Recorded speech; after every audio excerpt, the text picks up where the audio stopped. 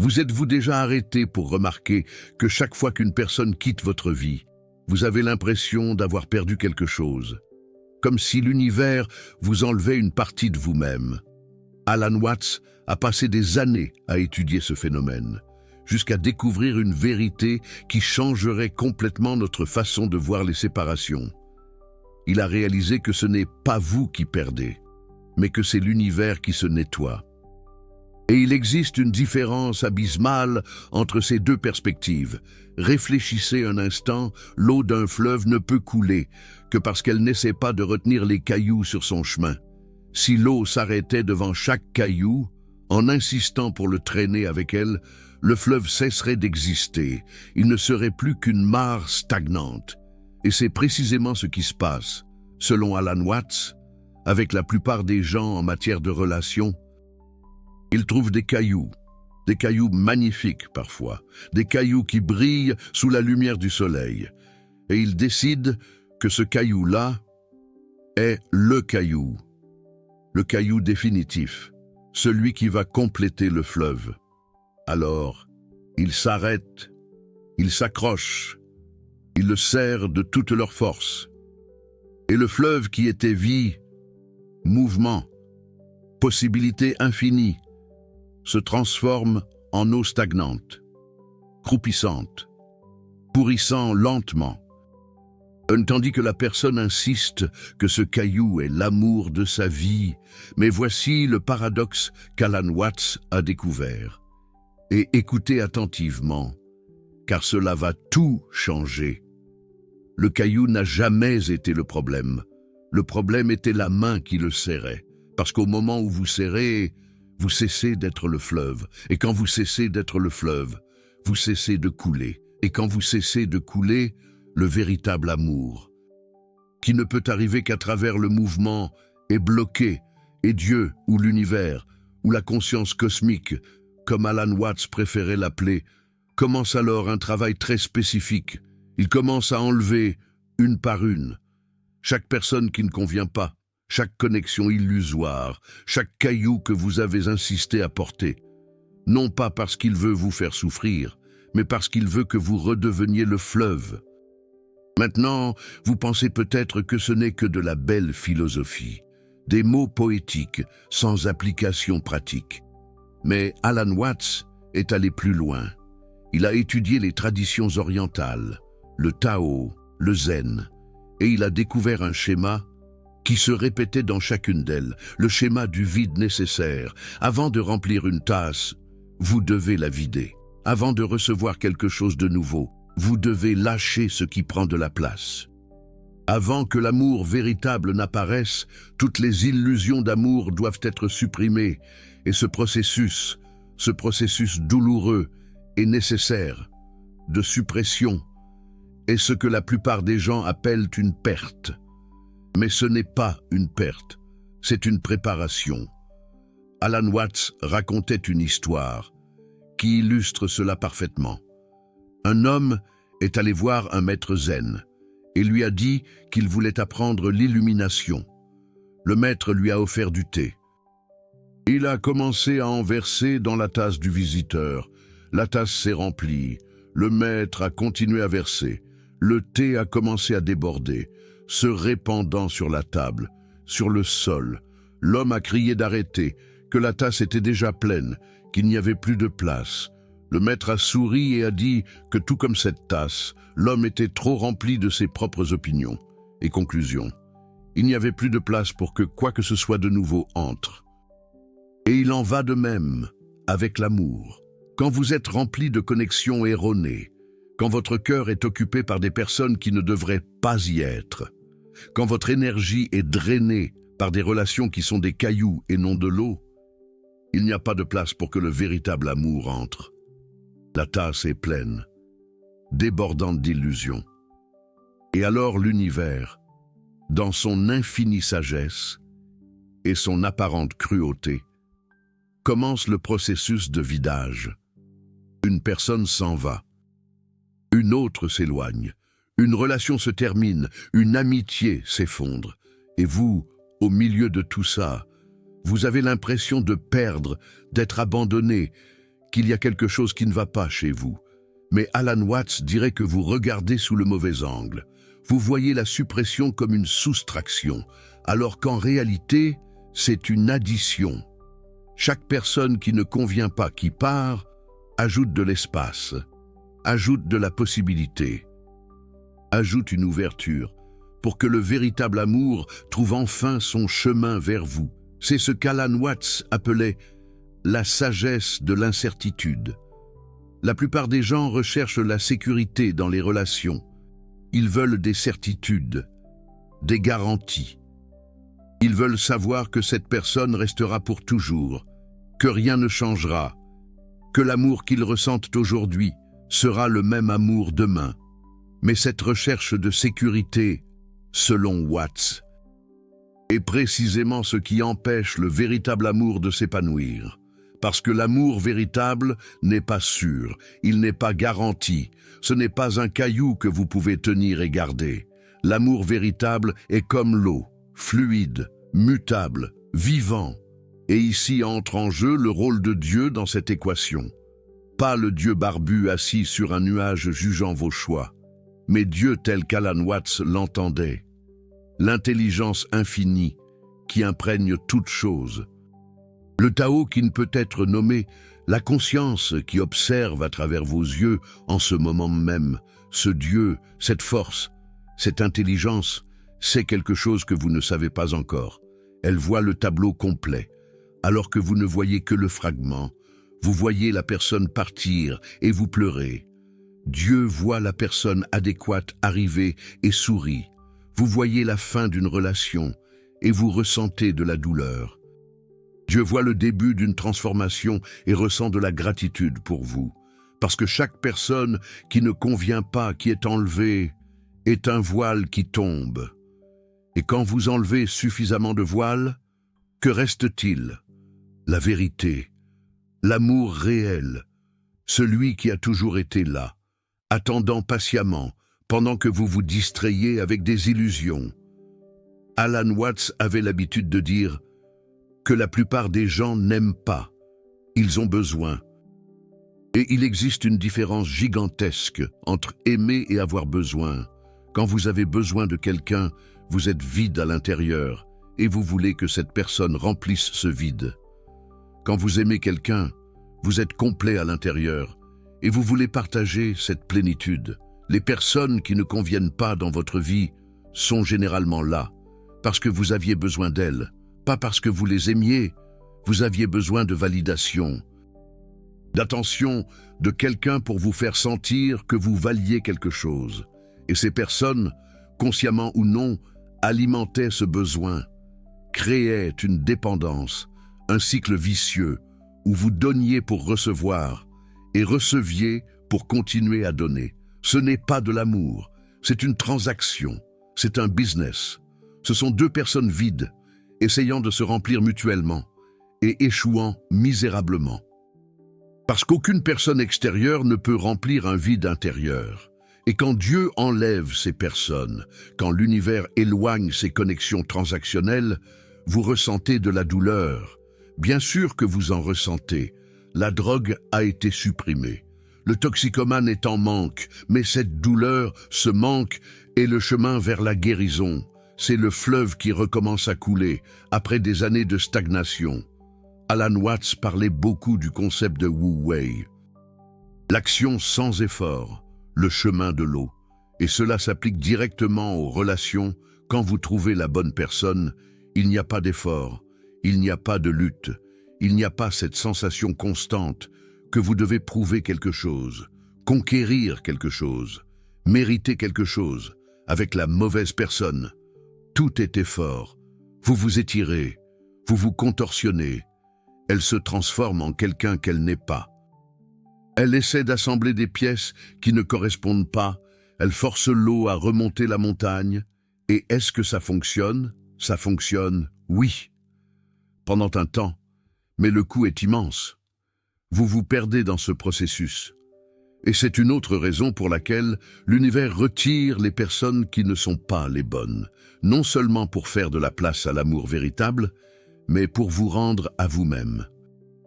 Parce que pendant que vous essayez d'être celle que la mauvaise personne veut que vous soyez, vous ne pouvez pas être qui vous êtes réellement. Et qui vous êtes réellement, c'est la seule version de vous qui peut attirer l'amour véritable. Il existe un paradoxe fascinant ici qu'Alan Watts adorait explorer. Plus vous essayez de trouver l'amour, plus il vous fuit. Plus vous courez après les relations, plus elles vous échappent. Et vous savez pourquoi? Parce que l'action de courir après implique que vous ne l'avez pas, qu'il vous manque quelque chose, que vous êtes incomplet. Et l'univers, étant le miroir parfait qu'il est, reflète cette croyance vers vous. Vous croyez que vous êtes incomplet, alors vous attirez des personnes qui confirment cette incomplétude. Vous attirez des personnes qui sont aussi incomplètes, deux moitiés essayant de former un entier. Et les mathématiques ne fonctionnent pas comme ça. Deux moitiés ne forment pas un entier. Deux moitiés forment deux moitiés ensemble. Mais quand vous arrêtez de courir, quand vous acceptez la solitude, quand vous embrassez le vide laissé par les mauvaises personnes qui ont été retirées, quelque chose de magique se produit. Vous commencez à vous remplir de l'intérieur, pas avec une autre personne, mais avec vous-même, avec votre propre présence, votre propre conscience, votre propre amour. Et quand vous devenez entier, quand vous n'avez plus besoin de personne pour vous sentir complet, alors oui, l'amour véritable peut apparaître. Parce que maintenant, vous ne cherchez plus, vous êtes. Vous n'êtes plus dans le besoin, vous offrez, vous n'êtes plus vide, vous débordez. Alan Watts disait que l'amour est comme un oiseau dans la main. Si vous serrez trop fort, vous le tuez. Si vous ouvrez trop la main, il s'envole. Le secret est de garder la main ouverte, relaxée, disponible, laissant l'oiseau libre de rester ou de partir. Et paradoxalement, quand vous offrez cette liberté, l'oiseau choisit généralement de rester. Les mauvaises personnes dans votre vie étaient des oiseaux que vous serriez, que vous reteniez avec force, avec peur de les perdre. Et cette peur, cette pression, étouffait toute possibilité d'amour réel. L'oiseau restait, oui, mais il restait prisonnier. Il restait parce qu'il ne pouvait pas voler. Pas parce qu'il voulait être là, et quand l'univers retire ces personnes, il ouvre fondamentalement votre main, laissant les oiseaux qui voulaient partir. Et, ce faisant, vous enseignant que l'amour véritable n'a pas besoin de cage, n'a pas besoin de contrôle, n'a pas besoin de peur. Cela nous amène à un autre point crucial qu'Alan Watts abordait fréquemment. La différence entre l'attachement et l'amour. Le monde moderne confond complètement ces deux choses. Nous pensons que plus nous sommes attachés, plus nous aimons. Que plus nous souffrons de l'absence de quelqu'un, plus nous prouvons notre amour. Mais Alan Watts, en plongeant dans les traditions bouddhistes, a découvert que l'attachement est en réalité l'opposé de l'amour. L'attachement est la peur déguisée. C'est la sensation que, sans cette personne, vous ne pouvez pas exister. Que votre bonheur dépend de sa présence, que votre identité est liée à cette connexion. L'amour véritable, en revanche, est liberté. C'est vouloir le bien de l'autre personne, même si ce bien signifie qu'elle soit loin de vous. C'est célébrer son existence sans avoir besoin de la posséder. C'est être fleuve et non barrage. Et quand vous comprenez enfin cette différence, quelque chose d'extraordinaire se produit. Vous regardez en arrière et vous réalisez que la plupart de vos connexions antérieures n'étaient pas de l'amour. C'était de l'attachement, c'était de la peur, c'était du besoin. Et cela ne signifie pas que vous étiez une mauvaise personne. Cela signifie simplement que vous ne connaissiez pas encore la différence. Personne ne vous l'a enseigné. Mais maintenant, vous savez, et cette connaissance change tout. Parce que maintenant, quand l'univers retirera la prochaine mauvaise personne, vous ne verrez plus cela comme une perte. Vous verrez cela comme une libération. Vous verrez cela comme l'univers ouvrant votre main, laissant l'oiseau partir pour que l'oiseau qui veut réellement rester puisse enfin se poser. Alan Watts racontait une expérience mentale intéressante. Il demandait aux gens d'imaginer qu'ils avaient tout perdu, toutes les relations, tous les biens, toute l'identité qu'ils avaient construite. Et ensuite, ils demandaient ce qu'il restait. La plupart paniquaient rien qu'à l'idée, parce que la plupart des gens ne savent pas qui ils sont au-delà de leurs relations et de leurs possessions. Retirer le mari, la femme, les enfants, les amis, le travail, la maison, la voiture, et que reste-t-il? Pour beaucoup, la réponse effrayante est rien. Mais Alan Watts argumentait que cette réponse était fausse. Ce qui reste quand vous retirez tout, c'est exactement ce que vous avez toujours été, conscience pure, présence, l'observateur qui observe, le fleuve avant de rencontrer le moindre caillou. Et c'est dans cet espace, dans ce vide primordial, que l'amour véritable prend ses racines, pas dans l'accumulation de connexions, pas dans la quantité de personnes autour de vous, pas dans la validation externe, mais dans le simple fait d'exister, d'être conscient en cet instant précis. Quand vous trouvez cet espace en vous, quand vous vous ancrez dans cette conscience qui existe avant et au-delà de toute relation, vous devenez immune à la perte. Pas parce que vous vous en fichez, mais parce que vous comprenez que l'essentiel ne peut jamais être perdu. Les personnes viennent et s'en vont. Le fleuve demeure. Et cette permanence, cette stabilité intérieure, c'est exactement ce qui attire l'amour véritable. Parce que les personnes véritablement éveillées, les personnes qui ont aussi trouvé cet espace en elles, reconnaissent cela en vous. Et il existe une résonance, une attraction naturelle. Deux fleuves qui coulent naturellement dans la même direction. Alan Watts parlait de cela comme du jeu cosmique de cache-cache. L'univers, la conscience universelle, se divise en milliards de fragments. Chaque fragment oublie qu'il fait partie du tout. Chaque fragment se sent séparé, seul, cherchant la connexion, et alors les fragments commencent à se chercher, à se rencontrer, à se reconnaître. Les mauvaises personnes sont des fragments qui ne se sont pas encore souvenus. Elles sont encore complètement perdues dans le jeu. Elles croient encore être séparées. Et quand deux fragments qui ne se sont pas souvenus se rencontrent, ils créent des relations basées sur cette illusion de séparation, des relations de besoin, d'attachement, de peur. Mais quand un fragment commence à se souvenir, quand vous commencez à vous éveiller à votre véritable nature, les connexions avec les fragments endormis commencent à se dissoudre naturellement. Pas parce que vous êtes meilleur qu'eux, pas parce que vous les rejetez, mais parce que la fréquence a changé. Vous ne vibrez plus sur le même ton. Et l'univers, percevant ce changement, accélère le processus. Il retire les connexions qui ne servent plus. Il nettoie le chemin, il prépare le terrain, pour que vous puissiez enfin trouver un autre fragment qui s'est aussi souvenu, un autre fleuve qui coule aussi, un autre être qui s'est aussi éveillé. Et cette rencontre, quand elle se produit, elle est complètement différente de tout ce que vous avez expérimenté auparavant, parce qu'il ne s'agit plus de deux vides essayant de se combler. Ce sont deux complétudes choisissant de partager. Ce n'est plus de l'attachement déguisé en amour, c'est la liberté célébrant la liberté. Ce n'est plus la peur de perdre, c'est la gratitude d'exister ensemble. Alan Watts décrivait ce type d'amour comme une danse. Pas une danse où l'un conduit et l'autre suit, mais une danse où les deux se meuvent en harmonie avec une musique que seulement eux entendent, sans effort, sans lutte, sans la constante nécessité de négociation et de compromis qui caractérise les relations basées sur le besoin. Et vous savez comment cette danse commence ?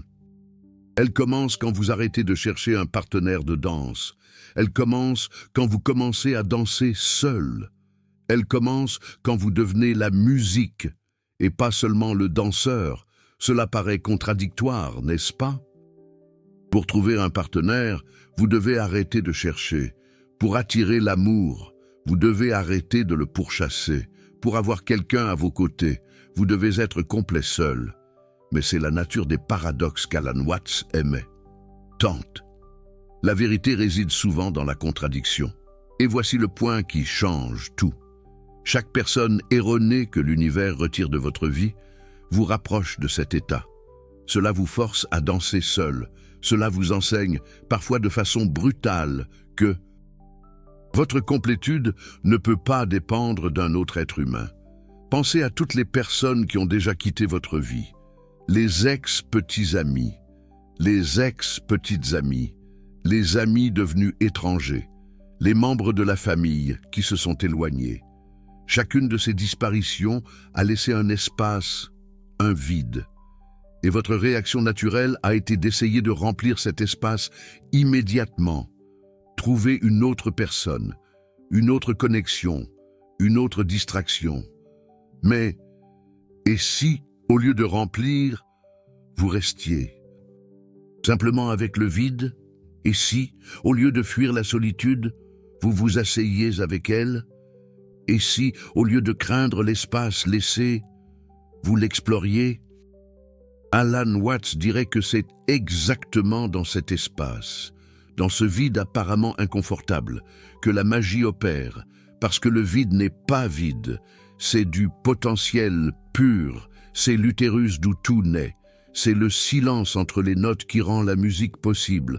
Quand vous apprenez à habiter le vide, quelque chose de fondamental change, vous cessez d'être un toxicomane en quête de sa dose, vous cessez d'être une moitié à la recherche d'une autre moitié, vous cessez d'être un problème en quête de solution, vous devenez entier, complet, vous suffisant à vous-même. Et cela ne signifie pas que vous ne voulez plus de relations. Cela ne signifie pas que vous vous fermez à l'amour.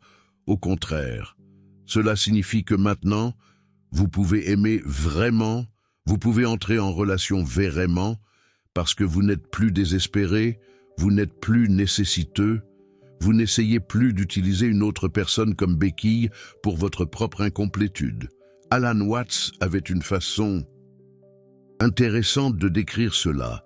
Il disait que la plupart des gens entrent dans les relations comme des mendiants, implorant l'attention, la validation, l'amour, tendant la main vide en espérant que quelqu'un y dépose quelque chose. Et quand deux mendiants se rencontrent, que se passe-t-il? Tous les deux sont déçus, parce qu'aucun des deux n'a ce dont l'autre a besoin. Mais quand une personne complète rencontre une autre personne complète, la dynamique est totalement différente. Personne ne demande, les deux offrent, personne n'est désespéré. Les deux sont tranquilles, personne n'a besoin de l'autre pour exister, les deux choisissent d'être ensemble. Et ce choix, basé sur le désir et non sur le besoin, est le fondement de l'amour véritable. Maintenant, laissez-moi vous dire quelque chose que vous ne voulez peut-être pas entendre, mais Alan Watts n'a jamais adouci les vérités, alors moi non plus. Chaque personne erronée qui a été dans votre vie était là parce que vous l'avez attirée. Je ne vous blâme pas, je vous montre votre pouvoir. Vous attirez ce que vous êtes, pas ce que vous voulez. Si vous étiez vide à l'intérieur, vous avez attiré des personnes vides. Si vous étiez désespéré d'amour, vous avez attiré des personnes qui profitaient de ce désespoir. Si vous ne vous aimiez pas, vous avez attiré des personnes qui confirmaient que vous n'étiez pas digne d'amour. Cela semble cruel? Peut-être, mais c'est aussi libérateur, parce que cela signifie que le changement est entre vos mains. Cela signifie que quand vous changez, ce que vous attirez change. Cela signifie que le chemin vers l'amour véritable n'est pas là dehors. À trouver la bonne personne, il est ici dedans, à devenir la bonne personne. Et l'univers le sait, la conscience cosmique le sait. C'est pourquoi il retire les personnes erronées, pas comme punition, mais comme réorientation. Chaque retrait est un miroir, montrant ce que vous devez encore travailler en vous-même. Chaque départ est une opportunité de croissance. Chaque adieu est une leçon déguisée. Alan Watts parlait du concept de Neti Neti, une pratique hindoue qui signifie ni ceci ni cela. C'est un processus de découverte de qui vous êtes en éliminant tout ce que vous n'êtes pas. C'est exactement ce que l'univers fait avec vos relations. Il retire ce qui n'est pas l'amour véritable, afin que l'amour véritable puisse être révélé. Et ce processus peut être long, il peut être douloureux, il peut sembler qu'il ne va jamais se terminer. Mais chaque personne erronée retirée est un pas de plus. Chaque illusion dissoute est une couche de moins entre vous et l'amour réel. Alors, quand vous êtes au milieu de la douleur d'une séparation, quand vous pleurez le départ de quelqu'un que vous pensiez être l'amour de votre vie, rappelez-vous de cela. L'univers ne prend pas, il nettoie, il ne soustrait pas, il ajoute. Le vide que vous ressentez n'est pas une perte, c'est de l'espace, c'est du potentiel, c'est l'endroit d'où l'amour véritable va naître. Alan Watts racontait une histoire à propos d'un fermier chinois qui illustre cela parfaitement. Le fermier avait un cheval qui un jour s'est enfui, les voisins sont venus offrir leurs condoléances pour la perte. Le fermier a répondu simplement « Peut-être, le jour suivant ». Le cheval est revenu en amenant avec lui plusieurs chevaux sauvages. Les voisins sont venus célébrer la bonne fortune. Le fermier a répondu simplement « Peut-être ». Le jour suivant, le fils du fermier a tenté de dompter un des chevaux sauvages et s'est cassé la jambe. Les voisins sont venus déplorer le malheur. Le fermier a répondu simplement « Peut-être ». Le jour suivant, des officiers de l'armée sont venus au village recruter des jeunes pour la guerre. Le fils du fermier a été dispensé à cause de sa jambe cassée. Les voisins sont venus célébrer. Le fermier a répondu simplement « Peut-être ». La leçon, vous ne savez jamais. Ce qui paraît une perte peut être un gain. Ce qui paraît un gain peut être une perte. La personne qui est partie peut avoir ouvert l'espace pour quelqu'un d'infiniment meilleur. La personne qui est restée peut être en train de bloquer cet espace. Alors, au lieu de juger chaque événement comme bon ou mauvais, au lieu d'étiqueter chaque séparation comme une tragédie, que diriez-vous de simplement dire « peut-être » ? Que diriez-vous de faire confiance que l'univers, que la conscience cosmique sait ce qu'il fait ? Que diriez-vous de lâcher le contrôle et de laisser le fleuve couler ? Alan Watts était fasciné par l'idée que nous sommes l'univers expérimentant lui-même. Chaque personne est une forme que la conscience universelle assume temporairement.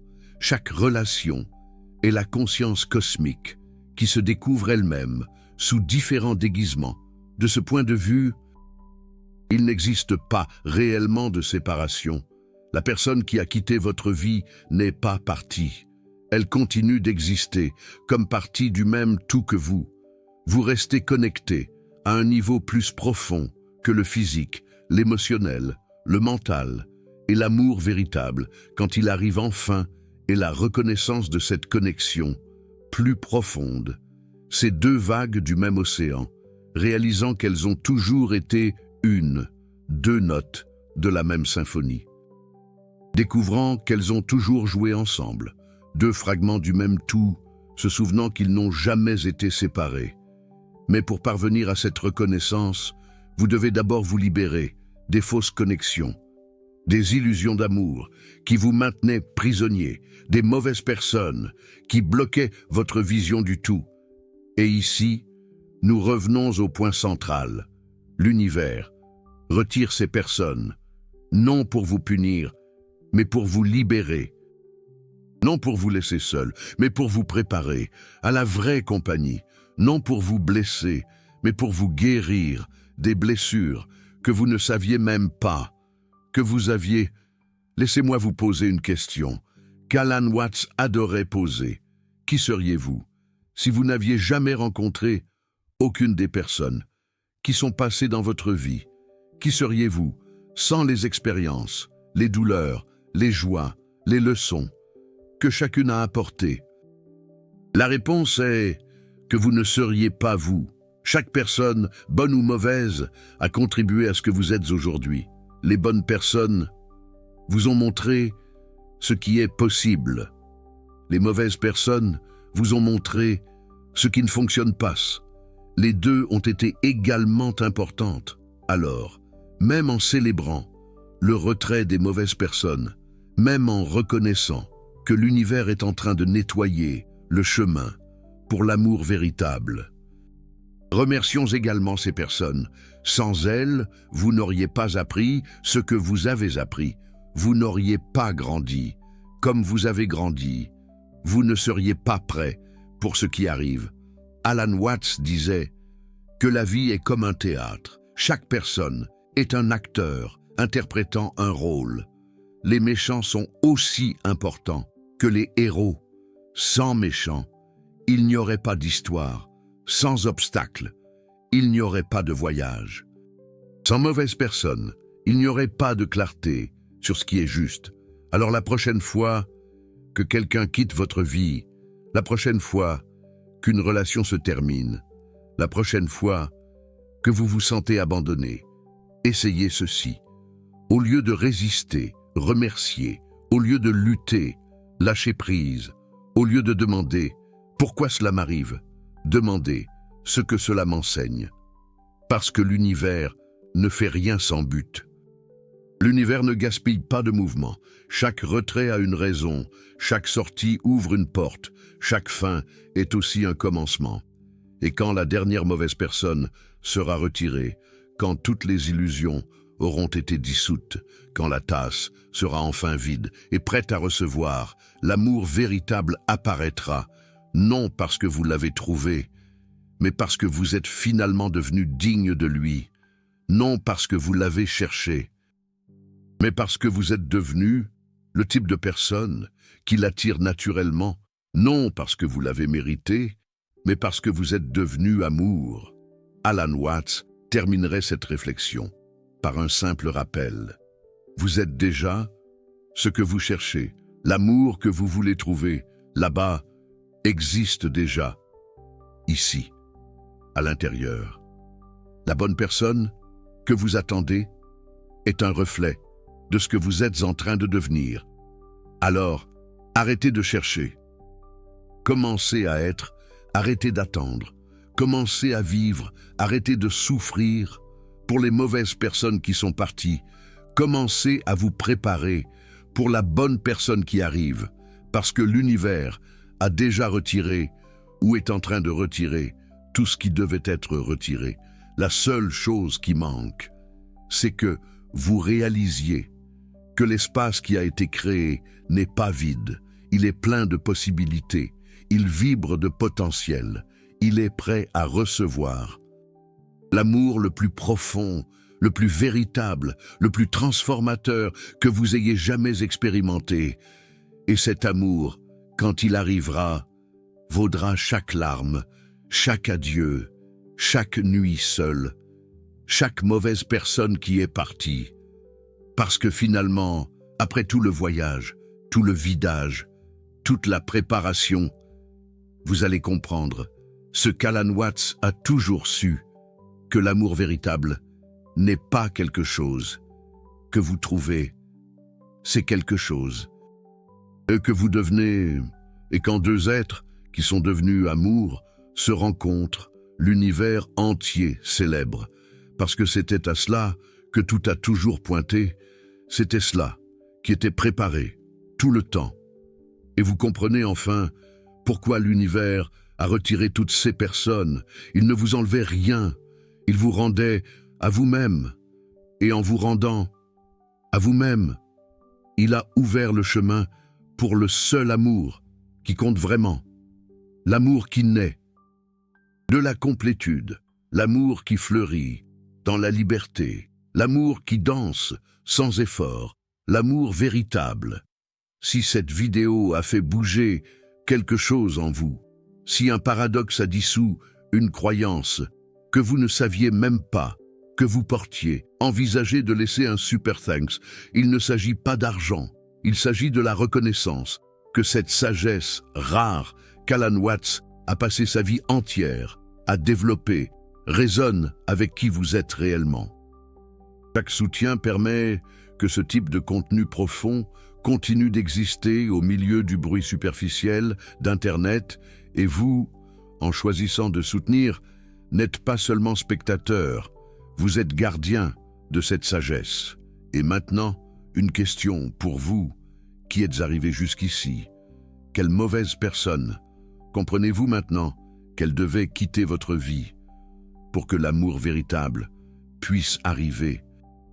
Racontez-nous dans les commentaires, parce que chaque histoire partagée est une lumière allumée pour quelqu'un qui est encore dans l'obscurité.